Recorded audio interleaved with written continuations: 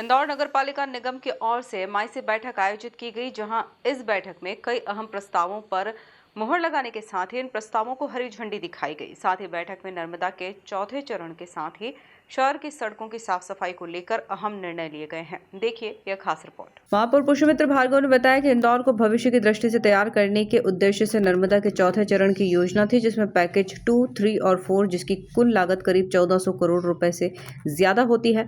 ऐसे 3 चरणों के काम को मध्य प्रदेश की स्टेट लेवल टेंडर कमेटी ने अप्रूव किया था।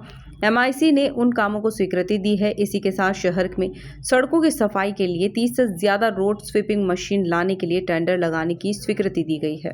नगर निगम इंदौर की महत्वपूर्ण एमआईसी की बैठक अभी संपन्न हुई है। भारत के यशस्वी प्रधानमंत्री नरेंद्र मोदी जी और मध्य प्रदेश के लोकप्रिय मुख्यमंत्री डॉक्टर मोहन यादव जी के प्रयासों से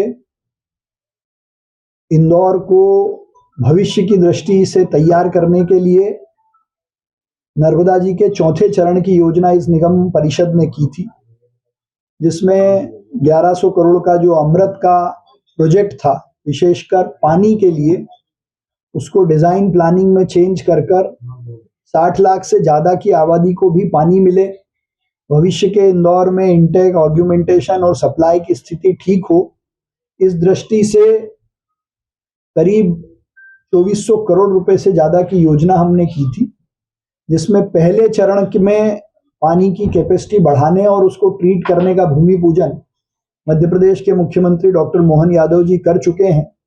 और उसके बाद के जो 3 चरण हैं, जिसमें जलूद से इंदौर की पाइपलाइन, इंदौर में अलग अलग क्षेत्रों में जहां पानी की लाइनें नहीं है वहां 40 पानी की टंकियां और करीब 55 से ज्यादा पुरानी टंकियों को ठीक करने के लिए पैकेज 2, 3 और 4, जिसकी कुल लागत करीब 1400 करोड़ से ज्यादा होती है, ऐसे 3 चरणों के काम को मध्य प्रदेश की स्टेट लेवल टेंडर कमेटी ने अप्रूव किया था। उस आधार पर इंदौर नगर निगम ने आज अपनी एमआईसी में उन कामों को स्वीकृति दी है और हम आशा करते हैं कि बहुत जल्द अमृत 2 के काम भी इंदौर शहर में शुरू होंगे। ड्रेनेज के काम शुरू हो चुके हैं।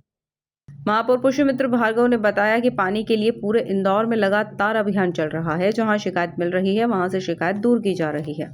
वहीं शहर में सड़कों की सफाई को लेकर 30 से ज्यादा रोड स्वीपिंग मशीन्स लाने के लिए टेंडर लगाने की स्वीकृति दी है।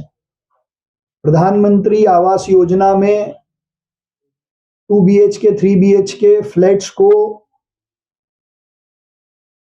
टेंडर निकालकर ज्यादा कीमत नगर निगम को मिले, उसकी भी स्वीकृति दी है।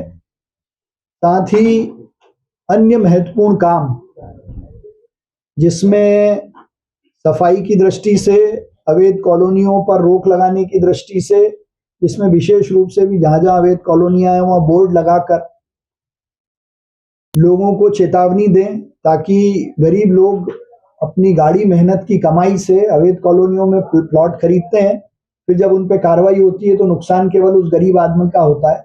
इसलिए इन कॉलोनियों में बोर्ड लगाना, अवैध कॉलोनाइजेशन के खिलाफ कार्रवाई करने के भी निर्देश दिए हैं। साथ ही शहर में 9वीं बार स्वच्छता में नंबर 1 आने के लिए भारत सरकार की जो 2026 की नई गाइडलाइंस हैं, उसके हिसाब से कई सारे नियमों को परिवर्तित कर अंगीकार करने का भी काम आज की एमआईसी ने किया है।